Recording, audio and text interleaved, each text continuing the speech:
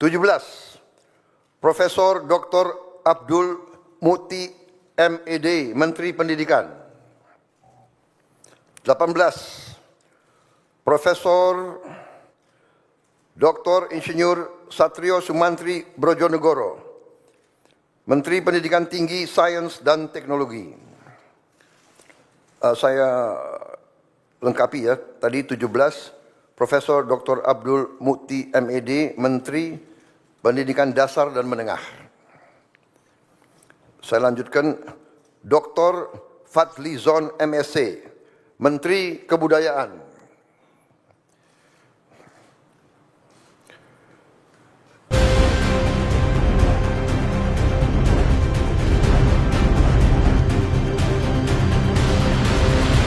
Sobat Pendidikan, jumpa lagi kita di Visi Hidoken. Kita akan membahas isu yang agak mulai panas, isu hangat lah ya. Ada dua. Pertama, menteri yang akan urus pendidikan, wabil khusus pendidikan dasar dan menengah, akan dijabat oleh Pak Abdul Muti dari Muhammadiyah. Dan yang lain juga kita akan bahas kalian peta jalan pendidikan 2025-2045. Ini sepertinya sedikit revisi atau nanti narasumber akan menjelaskan apakah banyak atau sedikit revisi dari peta jalan yang disusun pada saat Pak Nadiem dipilih gitu ya, Pak Nadiem ditunjuk. Nah, sudah hadir narasumber keren di tengah-tengah kita semua. Saya perkenalkan satu persatu. Yang paling ujung kiri sebenarnya teman saya menjadi host, Mas Bambang Wisudo. Selamat sore Mas Bambang. Mas Bambang bareng dengan saya host di Visi Hidoken. Mas Bambang ini adalah ex-wartawan Kompas. Dulu ex kan Mas. Mas Bambang agak ini ya. Dulu biasa pernah di desk politik lah, lalu kemudian lama di desk pendidikan, lalu bareng dengan kami di visi integritas itu ya. Lalu yang kedua ini kawan lama kita, Bung Lodi Pahat. Selamat sore Bung Lodi. Selamat sore Bung Ade. Bung Lodi ini sama seperti saya, pernah menjadi koordinator koalisi pendidikan, lalu juga dosen di Fakultas Ilmu Pendidikan Universitas Negeri Jakarta, anggota Perkumpulan Indonesia Corruption Watch, ya salah satu pendukung acara kita. Lalu banyak menjadi dewan pembina lah ya di koalisi-koalisi guru, serikat-serikat guru gitu. Dan di sebelah saya ada Rizky Mulyawan, saya biasa memanggilnya Bung Kiki. Bung Kiki juga sama guru hukum aktivis gitu ya. Bung Kiki ini adalah guru SMA 8 Pandeglang, aktivis Nalar Pandeglang, aktivis koalisi pendidikan, aktivis koalisi guru Banten gitu ya. Kalau kata Kiki atau kalau kata Lodi ya, semakin aktif semakin tipis gitu ya, aktivis. Dan paling tidak tipis rambutnya lah. Ya, tipis rambutnya tanda banyak mikir mudah-mudahan. Nah, jadi tema kita dua, nanti saya minta narasumber kita mengomentari soal kemungkinan besar ditunjuknya Pak Abdul Muti sebagai Menteri Pendidikan kita. Kita nggak bahas yang pendidikan tinggi atau riset ya, karena ada banyak pecahannya ini. Sepertinya mengakomodir banyak kepentingan gitu ya. Nah, ini penunjukan menteri juga punya pengaruh cukup besar dalam kebijakan pendidikan kita ini. Dan sebenarnya penunjukan menteri juga mencerminkan seberapa besar komitmen pemerintahan baru dalam membangun pendidikan kita itu ya. Nah, saya mulai dari Mas Bambang Wisudo untuk coba komentari. Mas Bambang saya kira juga cukup familiar dengan Pak Muti ya. Ini ya, tapi sebagai wartawan banyak berinteraksi dan pemikirannya juga sempat kita coba cek ya di pendidikan seperti apa. Paling tidak dari aspek kebijakan Mas Bambang bisa memberikan penjelasan atau membuat penilaian ya. Walaupun sebenarnya sebagai host Mas Bambang juga bisa nanya juga gitu ya. Silakan Mas Bambang. Terima kasih. Ngomongin pergantian menteri ya.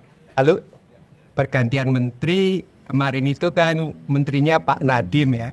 Pak Nadiem itu saudagar ya, pebisnis startup ya, yang berbasis IT ya. Lalu ini bergeser dengan lebih kurang ya birokrat sebenarnya, karena Pak Nuki ini karirnya lama di organisasi ya, sekretaris ya, sekretaris PP Muhammadiyah. Sekretaris PP Muhammadiyah Pak Muti ini, kemudian kalau kita lihat riwayat ininya, ya Pak Muti memang pernah memegang jabatan sebagai sekretaris di Dasmennya Muhammadiyah, ya, jadi ngurus sekolah-sekolah Muhammadiyah tingkat dasar dan menengah gitu.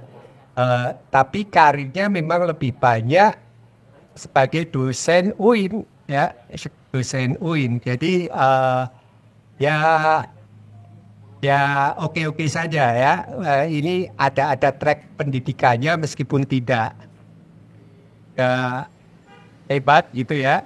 Beda dengan Pak Nadiem. Pak Nadiem dulu tracknya ya saudagar startup yang dianggap berhasil, meskipun kalau kita ngomongin bisnisnya Pak Nadiem ini kan para pengemudi Gojek ini kan cenderungnya antara hidup layak dan tidak layak, ya kira-kira kan gitu, antara bisa hidup dan sulit hidup, rata-rata kan itu pengemudi Gojek dan Gokar.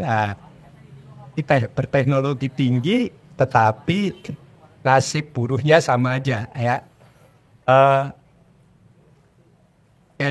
Kalau Pak Nadiem kan lalu belajar ke Najila ya, Mbak Najila, sekolahnya Mbak Najila, Cika ya. Itu kalau kita lihat flashbacknya dulu kelihatan betul ya, Pak Nadiem begitu dia angkat jadi menteri langsung berkunjung ke sekolah Cika dan sangat terpesona dengan sekolah Cika ya. Merdeka Belajar, Mbak Najila ini juga baca bukunya Ki Hajar ya. Dan itu lalu diadopsi langsung, enggak sampai seminggu ngomongin tentang Merdeka Belajar Pak Nadiem ya. Kalau Pak Muti itu ya kita lihat sekolah-sekolah Muhammadiyah ya, sekolah-sekolah Muhammadiyah itu sebagai jaringan sekolah swasta SD dan SMP itu cenderung dengan adanya sekolah-sekolah negeri di mana-mana itu terdesak ya. Lalu strateginya Muhammadiyah waktu itu saya waktu itu pernah masih jadi wartawan ya, menulis sekolah Muhammadiyah di Jogja itu pelopornya Sapen. Jadi sekolah-sekolah Muhammadiyah yang terdesak diubah menjadi sekolah elit. Itu mengikuti model Sapen itu, menggabungkan antara pendidikan yang umum dengan pendidikan agama. Itu ya punya karakter itu. Kalau sekarang yang muncul di mana-mana kayak istilahnya SD Islam Plus ya, kayak terpadu. Jadi bahan saya memang jangan-jangan tidak suka dengan konsep-konsep belajar hanya Nadiem. Pertanyaan besar nanti adalah pertama ya, ketika belajar pendidikan merdeka mau dikemanakan ya, guru penggerak mau jalan lagi atau mau berhenti, dan yang paling penting juga yang selama puluhan tahun menghantui dan diputus Menteri Nadiem adalah testing ya, ujian nasional yang sejak tahun berapa ya, 50-an itu udah diterapkan, tempat jadi kunci kelulusan. Lalu yang memutuskan meluluskan di sekolah itu bolak-balik di situ kan sebenarnya. Kemudian dihapus oleh Nadiem, dan kita tahu lah ya keburukan dari EFTA, UAN itu, EFTANAS, banyak kecurangannya ya, dan anak lalu belajar untuk testing, bukan lain dari itu ya. Nah itu kira-kira jangan-jangan nanti di tengah jalan ya, kalau kurikulum merdeka karena udah keputusan menteri ya 2 tahun mendatang masih pasti berlaku ya. Tapi setelah itu apakah mau balik ke kurikulum bukan belajar merdeka? Kalau lawannya belajar merdeka apa? Belajar menindas ya, pendidikan menindas jangan-jangan. Itulah apa mau kembali ke sana ya. Kalau istilahnya sebenarnya belajar merdeka dekat-dekat dengan konsep-konsepnya ini ya. Ki Hajar Dewantara, para perintis pendidikan kita, dan kalau bacaan yang lain dari Freire ya, Widakuti. Ini pertanyaan besar ya. Ini mungkin lalu Mas Kiki ini yang ngajar di sekolah, kira-kira enak mana sih atau cocok mana sih, karena di YouTube rame banget nih sekarang ngomong misalnya penghapusan ujian nasional itu penyebab kemerosotan pendidikan. Itu kurikulum merdeka membuat anak-anak malas belajar. Itu ramai di YouTube ya, dan meriah banget ya mengikuti kritiknya Pak JK. Bahkan ada juga YouTuber yang mengangkat gara-gara kita menyontoh model pendidikan Finlandia, pendidikan kita merosot, dan itu nontonnya ratusan ribu. Saya nggak, kayaknya kita mengadopsi model pendidikan Finlandia ya. Jadi aneh banget kok ada pernyataan-pernyataan seperti itu. Tetapi ya karena sekarang kan eranya influencer, sosial media itu ya bisa kacau balau kita menangkap informasi itu ya. Kebetulan ada Pak Lodi ya yang memang ahlinya dan ilmu mendidik pedagogik ya.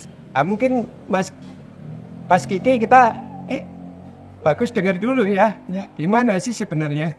Lebih enak testing, kurikulum yang diseragamkan, atau perubahan-perubahan yang dimulai oleh Pak Nadiem, dan meskipun secara konseptual, secara mendasar masih compang-camping juga ya.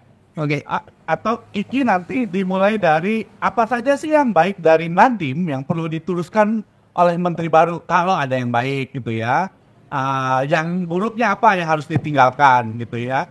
Lalu komentar Kiki terkait dengan calon Menteri Pendidikan yang sudah dipanggil oleh Pak Prabowo, yang kemungkinan besar Pak Abdul Muti. Harapannya seperti apa sebagai guru? Ya, termasuk tadi beberapa catatan dari Mas Bambang. Kalau Nadiem clear, salah satu yang baik misalnya tidak meneruskan ujian nasional gitu ya. Lalu Merdeka Belajar dengan segala catatannya. Gitu. Kalau istilah Mas Bambang, baru setengah Merdeka Belajar lah ya, dengan apakah kemudian Pak Mufti akan meneruskan dengan dia benar-benar Merdeka Belajar atau enggak. Silakan Kiki.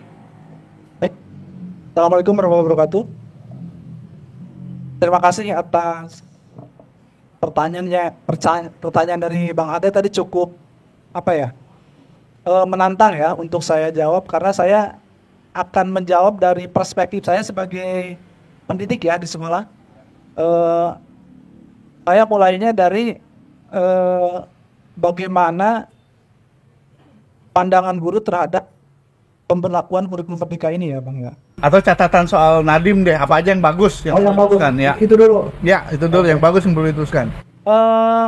Pertama, kalau dari sisi saya sebagai praktisi pendidikan melihat salah satu kebijakan Nadiem yang cukup positif, saya kira adanya kebijakan penghapusan ujian nasional misalnya kan, itu kan bagi sekolah itu dianggap tidak terlalu membebani gitu, sangat tidak membebani sekolah, karena selama ini ketika ada ujian nasional misalnya, sekolah itu merasa bertanggung jawab untuk pertama dia ingin selalu meluluskan siswa-siswanya, jadi dia dituntut untuk memiliki tingkat nilai tinggi dari siswa-siswanya kan, yang akhirnya itu mendorong sekolah menggunakan berbagai cara gitu ya. Apakah itu cara halal atau haram kita nggak tahu ya. Banyakan halal atau haram dengan subhat. Kayaknya dua-duanya itu.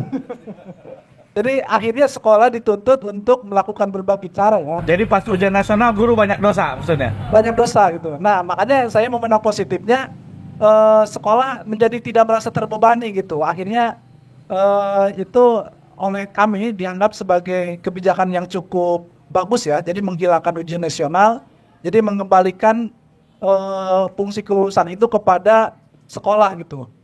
Nah kemudian setelah pemberlakuan kurikulum merdeka, bahkan yang diberikan kebebasan itu bukan hanya pada tingkat sekolah ya, sebagai sebuah institusi, tapi berada sampai pada tingkat guru gitu. Jadi guru diberikan kemerdekaan untuk membuat sebuah, misalnya ya, dalam proses pembelajaran dia menggunakan metode-metode yang disesuaikan dengan kemampuan yang ada gitu kan, terus disesuaikan dengan kemampuan siswa dengan adanya diferensiasi pembelajaran, diferensiasi mulai dari proses sampai dengan produk yang nanti dihasilkan, sehingga ini sangat memberikan keleluasan bagi guru untuk berkreativitas di dalam proses pembelajaran.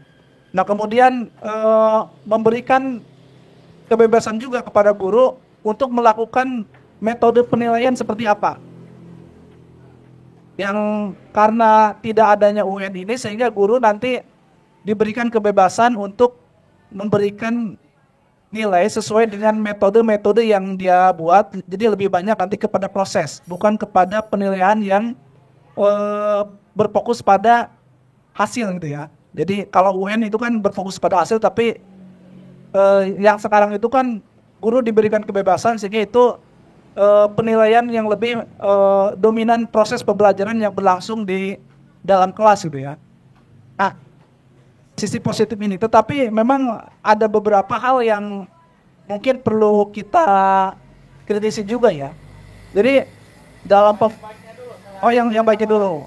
Nah, kemudian yang baiknya adalah misalnya ada program guru penggerak misalnya. Nah, guru penggerak ini kan sebetulnya sebuah program yang ingin mendiseminasikan kurikulum merdeka kepada guru. Kemudian guru-guru yang menjadi guru penggerak ini dijadikan sebagai pionir-pionir untuk menjadi penggerak di sekolah masing-masing gitu kan. Karena memang selama ini saya melihat pemberlakuan kurikulum merdeka ini seperti yang mungkin disuarakan oleh banyak pihak gitu kan, sosialisasinya sangat kurang sosialisasi, sehingga dikhawatirkan tidak bisa berjalan secara maksimal gitu. Tapi dengan adanya guru penggerak mungkin diseminasi mereka ini bisa dilakukan gitu ya. Bisa dilakukan nanti guru-guru yang menjadi guru penggerak kembali ke sekolah masing-masing dan menjadi pemimpin pembelajaran di sekolah masing-masing, kemudian mendiseminasikannya kepada rekan sejawat mereka di sekolah-sekolah. Nah kemudian bagi kami, mudah-mudahan ini juga bisa menjadi masukan bagi menteri selanjutnya ya Bang ya. Kami mengharapkan bahwa program-program selanjutnya yang berkaitan dengan kurikulum merdeka ini bisa lebih tajam lagi gitu. Artinya apa? Kita melaksanakan kurikulum merdeka, tetapi kita juga memerlukan fasilitas-fasilitas yang dibutuhkan untuk pembelajaran di sekolah-sekolah yang kami anggap belum maksimal gitu. Jadi harapannya mudah-mudahan disempurnakan kembali. Jangan sampai kurikulum merdeka ini, misalnya ya, kalau kurikulum 2013 kan dikritik karena terlalu banyaknya administrasi yang perlu dikerjakan oleh guru, sehingga itu menjadi menjadi semacam beban bagi guru. Jadi guru bukannya mengajar, malah terlalu banyak mengerjakan administrasi gitu kan. Ada debirokratisasi. Nah, gitu. Merdeka belajar ya. Merdeka belajar. Diperdekakan dari administrasi. Nah, gitu.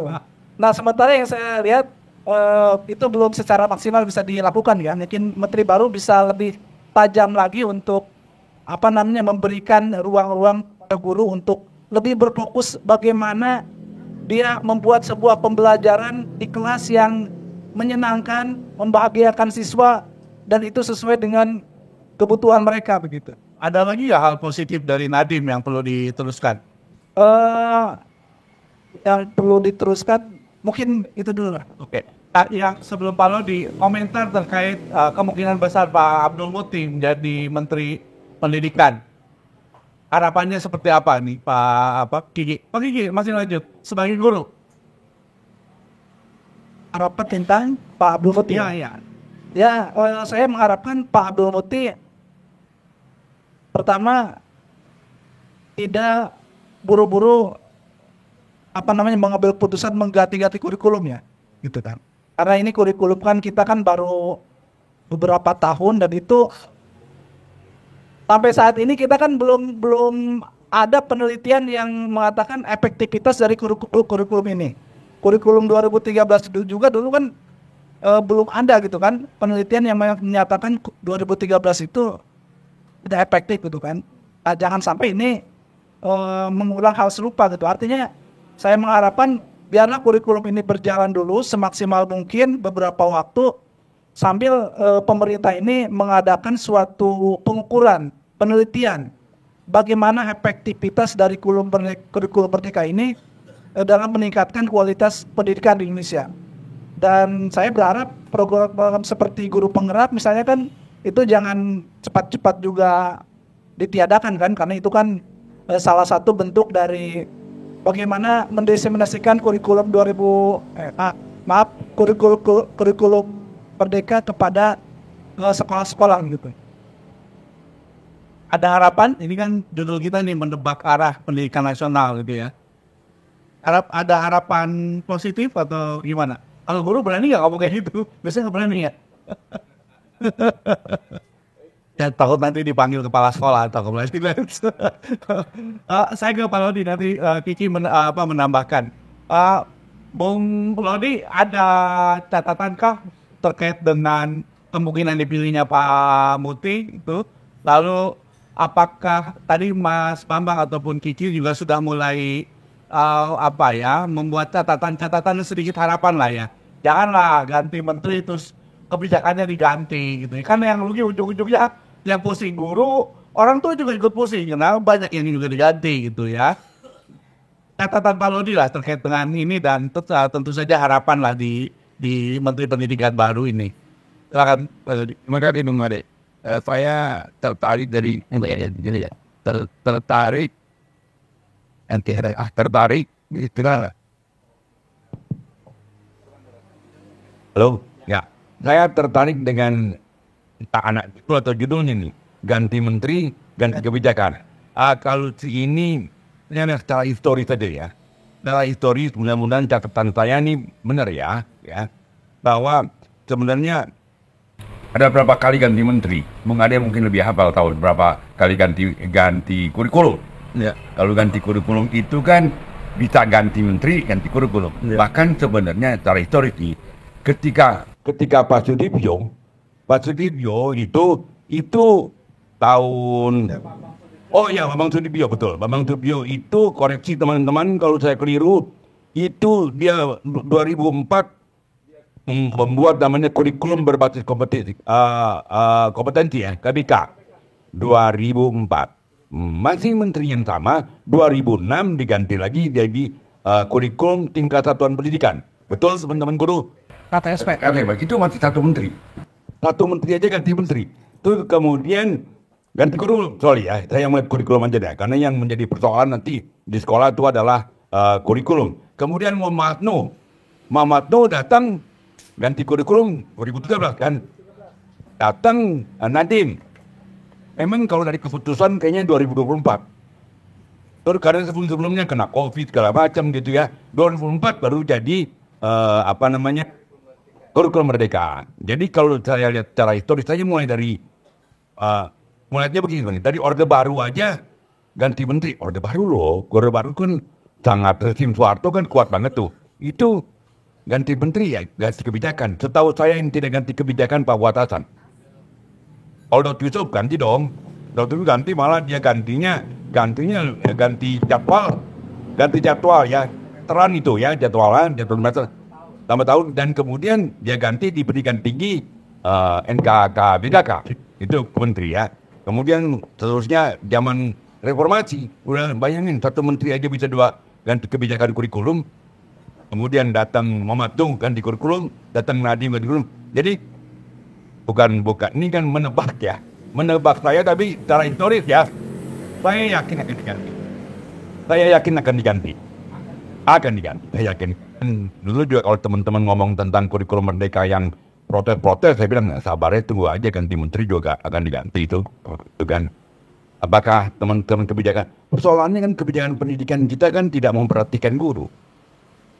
Teman-teman guru tahu lah, kebijakan pendidikan itu tidak mau melihat guru, dan menurut saya juga tidak melihat murid.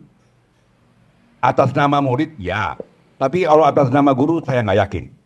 Jadi ya, kalau persoalan tebak-tebakan, menebak ini, tapi secara historis, saya pikir akan diganti ini. Saya nggak tahu setahun, 2 tahun, saya nggak yakin. Ya, 1 tahun juga diganti. Begitu, Bung Ade. Tapi Bung Lodi sendiri melihat memang kurikulum ini layak diganti. Ya, saya gini aja deh, kalau nanti Bung Kiki tolong dijawab ya. Satu persoalan dari kurikulum merdeka kan tadi Bung Kiki kan bilang kan, administrasi terlalu berat kan. Ya, kalau itu sudah membebankan guru ya bagaimana? Kalau bicara konsep merdeka ya, oke, kita terima kasih ya, ya, bahwa dengan datangnya Menteri Nadiem, dia mencoba menggunakan pemikiran Ki Hajar Dewantoro, mencoba bahasa saya, dan dia menggunakan kata merdeka. Coba teman-teman yang pernah ikut guru penggerak, kalau lihat guru penggerak, apakah definisinya Ki Hajar Dewantoro itu di halaman depan dan belakang dipakai nggak definisi merdekanya? Saya nggak usah bilang definisinya apa, teman-teman guru sudah tahu di sini teman definisinya. Nanti, jadi labelnya dipakai. Dan ya saya, kalau bicara metode semua metode juga bagus. Nggak ada metode A yang lebih baik daripada metode B. Persoalannya kan kalau teman-teman guru, metode itu harus sesuai dengan yang mau kita gunakan pada muridnya tuh. Metode A tidak cocok pada murid A, metode B cocok untuk murid A. Begitu sebaliknya. Jadi saya pikir kita semua tahu, Bung Kiki juga tahu bahwa Bambang tahu, Bung Ade tahu bahwa sebenarnya ada kata yang sering kita gunakan yang digunakan oleh Tan Malaka tahun 20-an. Ya, guru-guru tuh mabuk metode. Jadi saya khawatir guru-guru penggerak ini mabuk metode. Saya khawatir. Kalau begitu, ya gila. Ya walaupun menurut saya kalaupun diganti, ya seperti Bung Kiti bilang, benar. Bung Kiti bilang, kalau mau ganti penelitian, jadi jangan cuma pakai gara-gara datang kemana, negara mana gitu, pulang-pulang gitu, ganti. Jadi padahal secara struktur Departemen Pendidikan kita punya departemen namanya Litbangdikbud. Tugas mereka lah yang mengatakan ini penelitian kami ini beginilah kurikulum. Itu Bung. Jadi ganti memang kurikulumnya. Secara historis amalan saya diganti. Oke. Ramalan dan harapan sekaligus. Ya. Ya kalau ramalannya akan diganti, harapannya ya bingung saya. Kalau mereka harapannya, kalau benar kebijakan ini benar-benar berbasis kebutuhan anak Indonesia, kebutuhan guru Indonesia. Persoalannya kita tahu, guru di Pandeglang tidak sama dengan guru di Bandung, bahkan di Jawa Barat. Guru Pandeglang tidak sama guru di Tomohon. Ini ya, berarti lah begitu. Guru atau anak Pandeglang tidak sama dengan anak Papua.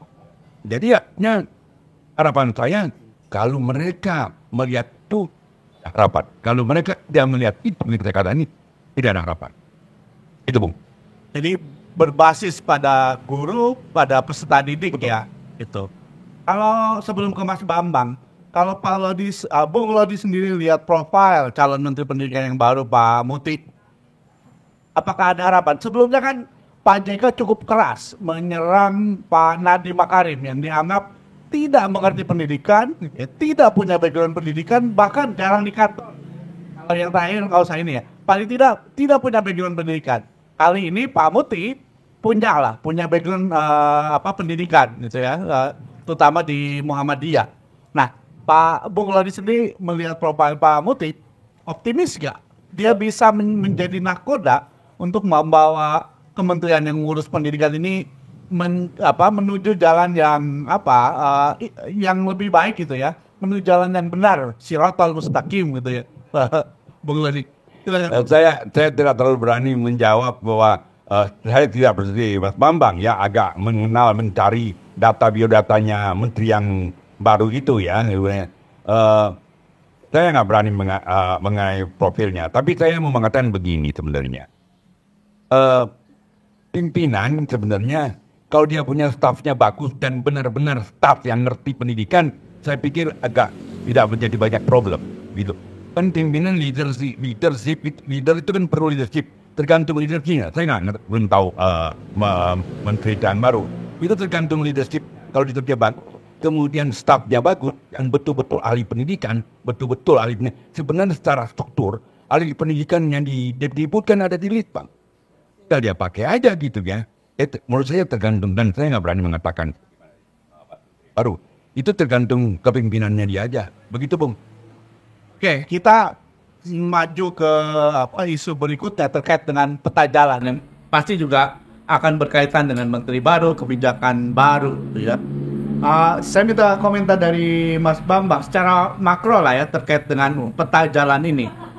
Ini kan katanya dibuat oleh Bappenas, Kementerian Pendidikan dan Kementerian Agama. Nah, apakah di peta jalan ini juga banyak dibahas? Kemarin kita bahas soal LPTK. Ya, mereka mengakui juga ada masalah di LPTK dan ada beberapa usulan. Nah, apakah kemudian peta jalan ini paling tidak bisa menjadi panduan gitu ya atau guideline bagi Menteri Pendidikan yang baru ini? Tapi saya ingin tanya, apakah peta jalan ini memang menggambarkan tadi banyak harapan, lalu kemudian mengakomodasi kalau bahasanya Pak Lodi pemangku kepentingan di pendidikan khususnya guru dan peserta didik atau kelompok-kelompok pendidikan yang lain gitu ya.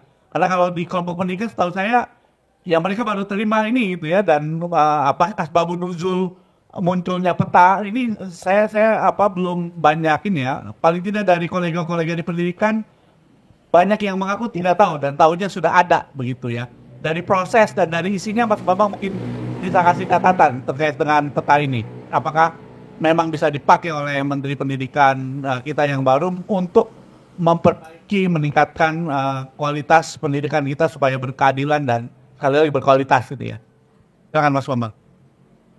Ya sama tadi soal kurikulum ya, sebenarnya kurikulum lebih pendek lagi ya. Ini peta jalan ini kan dulu waktu awal Pak Nadiem itu keluar peta jalan pendidikan 2020-2035. Sekarang baru 2024. Terakhir bulan-bulan terakhir menjelang Nadiem berakhir, Bappenas, Kementerian Pendidikan dan Kementerian Agama keluar peta jalan pendidikan 2025-2045 ya. Jadi karena harusnya kan ini peta jalan ini arah jangka panjang ya, kemudian beberapa jabatan menteri gitu ya. Nah, ternyata baru satu periode aja peta jalannya udah berubah. Jadi pasti itu bukan peta jalan dan tidak ada jaminan meskipun secara legal ya itu harusnya menjadi panduan menteri, tetapi tidak ada jaminan bahwa peta jalan ini dipakai ya. Tetapi kalaupun dipakai memang ada beberapa penting yang berubah dan itu konsekuensinya akan besar. Salah satunya adalah wajib belajar. Dari wajib belajar berapa sekarang 10 tahun ya, 10 tahun nanti jadi 15 tahun, jadi ditambah sampai 3 tahun SMA dan 1 tahun PAUD. Nah itu sekarang aja wajib belajar sampai SMP saja itu nggak beres ya, karena di tingkat SMP itu masyarakat masih harus mengeluarkan biaya baik yang legal maupun nggak legal ya. Di SMP negeri harusnya kan kalau namanya wajib belajar itu sekolahnya gratis ya. pendidikan pasti tidak gratis ya, karena masyarakat pasti menanggung beban biaya kan, tapi harusnya sekolah gratis. Nah, kemudian juga ada masalah lagi sebenarnya sekolah swasta. Yang di sekolah swasta gimana? Sekolah swasta yang menanggung tadi menjalankan wajib belajar yang tingkat SD sampai SMP. Itu kalau diambil alih pembiayaan oleh pemerintah, itu kan anggarannya masih perlu banyak sekali, berlipat dari anggaran sekarang. Apalagi kalau ditambah ke tingkat SMA dan tingkat PAUD, itu kan berarti pemerintah wajib nih membuat PAUD kan secara fisik ya, kan wajib, bukan lagi diselenggarakan masyarakat. Nah itu barangkali kita butuh 4-5 kali anggaran pendidikan sekarang. Dan kalau 5 tahun mendatang, apa mungkin? Karena kita aja pasti APBN sangat berat itu untuk memenuhi program yang makan yang macam-macam. Untuk makan siang gratis, susu gratis saja butuh sekitar 1,2 triliun per hari loh ya. Nah kalau kita ngomongin tadi program guru penggerak setahun itu 4 triliun, jadi biaya kurang dari sepekan itu. Ya kalau guru penggerak itu kan in service training, dulu ada yang guru belasan tahun nggak pernah di training. Nah, ini cukup macam nih guru penggerak kemarin ya, untuk in service training yang 6 bulan, meskipun banyak kan online ya, 6-9 bulan. Ya ada bagusnya juga ya, yang nggak pernah ikut training jadi ikut training gitu ya. Itu problemnya ya, salah satunya. Dan pendidikan tinggi juga banyak masalah ya. Meskipun kita fokusnya di dan di peta jalan ini, hal yang penting misalnya tujuan arah dan tujuan pendidikan itu arahnya kemana? Pendidikan itu untuk apa? Itu masih ya seperti kemarin ya, akhlak mulia, berbudi pekerti baik gitu. Memang ada kritis sih. Sebenarnya kan kalau kita baca Kiai ya, akhirnya membentuk manusia merdeka ya, selamat lahir dan batin. Ya, istilah dulu sering manusia seutuhnya ya, kita ngomongin gitu kan, karakter berkepribadian ya, berkepribadian itu ya pribadinya macam-macam. Semua orang nggak ada pribadi kembar, itu nggak ada kepribadian kembar, nggak ada. Orang kembar pun kepribadiannya berbeda ya Pak. Dan Pak kembar bisa adiknya ya. Jadi itu ya manusia merdeka, otonom ya. Itu nggak tercermin di situ. Apalagi ngomongin program Merdeka Belajar, jadi penggerak itu nggak ada. Jadi ada pertanyaan kelanjutannya di mana nih nanti? Apakah kita balik itu? Kalau balik akhirnya bukan ini ya, bukan tertib damai ya, bukan order ya di pendidikan kita. Pendidikan kita ya nanti acakan, kaos, ada keteraturan ya.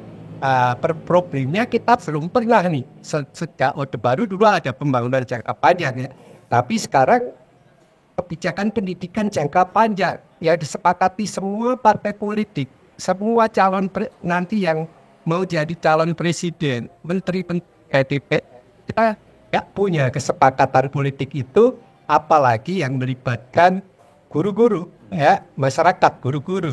Dan kalau kita ngomongin pembangunan pendidikan itu ya pasti jangka panjang ya, paling nggak 1 generasi ya 20 tahun ya, 20 tahun nggak ya, arahnya jelas, tujuannya jelas, nggak berubah-ubah ya. Dan memang tadi berbasis data, research ya, bukan hanya itu, tetapi berbasiskan dialog, kesepakatan. Dan satu kesepakatan penting adalah dari suara dari guru ya. Nah, kalau nggak begitu ya nggak jadi. Dan misalnya di Cina itu juga mirip kita sebenarnya, rejimnya testing, membebani murid. Pemerintah Cina itu tahun lalu lebih pengen memerdekakan murid-muridnya, tapi mentah terus dalam prakteknya ya. Itu bisa dibaca di referensi-referensi tentang pendidikan Cina. Saya ke Bung Kiki ya. Bung Kiki udah baca peta jalan yang baru kan? Kita kebanyakan peta jalan yang panjang-panjang tapi baru jalan pendek udah diganti lagi gitu ya. Kiki sendiri lihat apa paling tidak peta jalan kita yang baru apakah ya paling tidak terkait dengan guru lah, apakah mencerminkan kepentingan dan kebutuhan guru gitu ya, atau ya sama aja guru cuma dianggap sebagai objek ya, hanya perlu dipikirkan bukan diajak berpikir bareng ya gitu. Terakhir kalau saya melihat belum sepenuhnya apa namanya memberikan sesuatu yang maksimal kepada guru ya, karena saya melihat guru sekarang ini kan tadi ya ketika dia akan mengajar ke kelas ya seperti banyak terbebani gitu ya,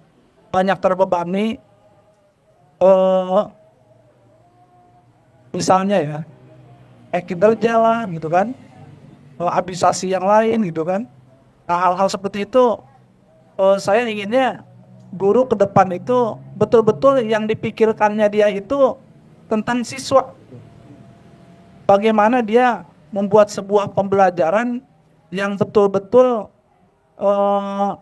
bersatu dengan siswanya gitu. Jadi dia betul-betul menjiwai gitu.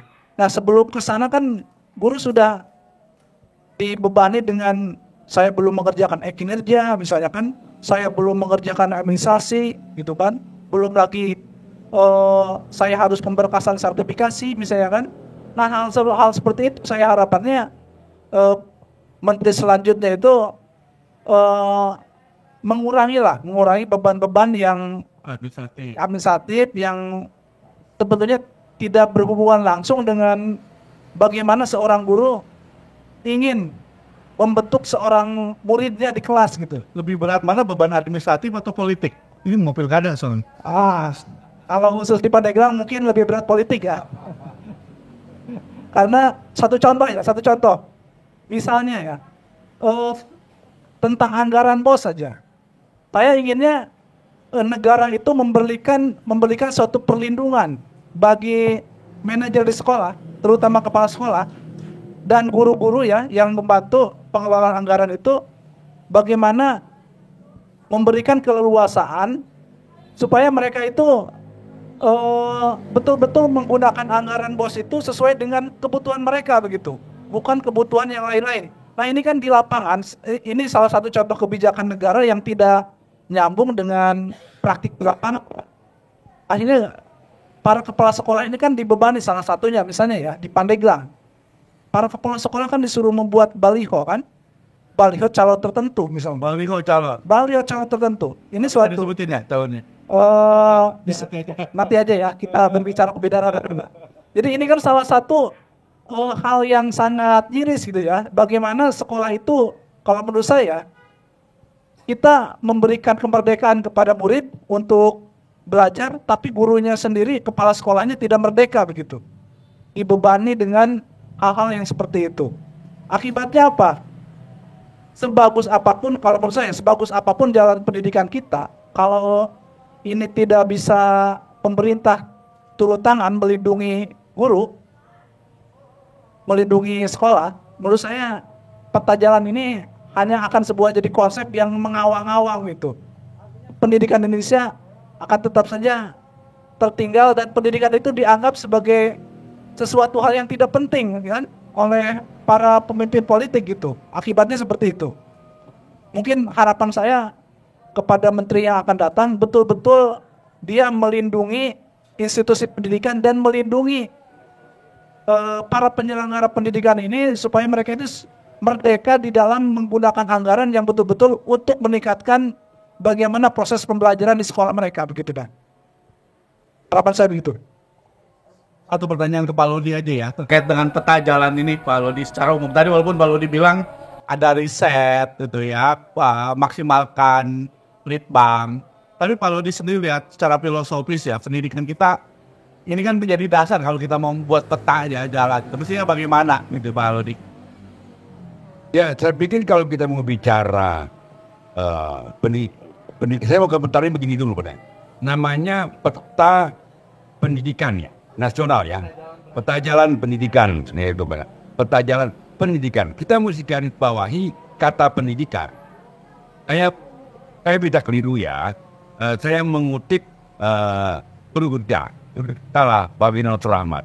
Kalau tidak salah dia mengomentari undang-undang itu, dia bilang tuh undang-undang sistem persekolahan.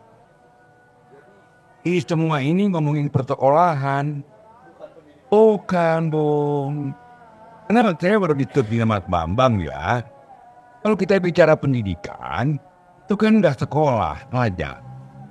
Pendidikan itu adalah kaitannya juga dengan masyarakat dan keluarga. Persoalannya, kalau kita bilang pendidikan itu urusannya juga keluarga, kan nggak boleh negara masuk ke keluarga, nggak bisa dong. Ya. Jadi mestinya bilang ini adalah sistem atau peta jalan persekolahan. Nah, kalau kita bicara persekolahan, pertanyaannya untuk apa sekolah-sekolah yang kita buat? Kesan saya, mohon maaf saya belum baca semua ya, belum baca semua, tapi pelajaran juga dari secara historis, dari Orde Baru sampai sekarang, pendidikan yang sebenarnya persekolahan itu fungsinya untuk menjadikan murid-murid kita pekerja, betul nggak? Pekerja. Nah, pertanyaan yang saya mau lanjutkan, tapi itu dulu ya. Yang saya mau lanjutkan adalah peta ini untuk siapa dan yang diuntungkan siapa? Mereka yang jawab, Bung Ade. Bukan kita yang jawab, kita kasih pertanyaan. Terima kasih. Biasanya yang diuntungkan adalah mereka yang membuat peta. Ya, sudah selesai. Dan pertanyaannya, guru diajak buat peta nggak? Tidak. Enggak. Jawab itu. Oke. Pertanyaan Pak Lodi sekaligus atau Bung Lodi sekaligus penutup podcast kita. Terima kasih Sobat Pendidikan. Jangan lupa Sobat untuk subscribe, like, dan komen. Dan kalau ada isu-isu yang perlu didiskusikan di kanal Visi Hidocare, Sobat Pendidikan silakan chat di kolom komentar. Atau kalau ada pertanyaan, nanti Bung Lodi, Bung Kiki ataupun Mas Bambang bisa jawab. Terima kasih atas perhatiannya. Nanti kita ketemu di episode yang lain, episode yang membahas sekali lagi isu-isu pendidikan yang kita bahas secara kritis dan mendalam. Terima kasih.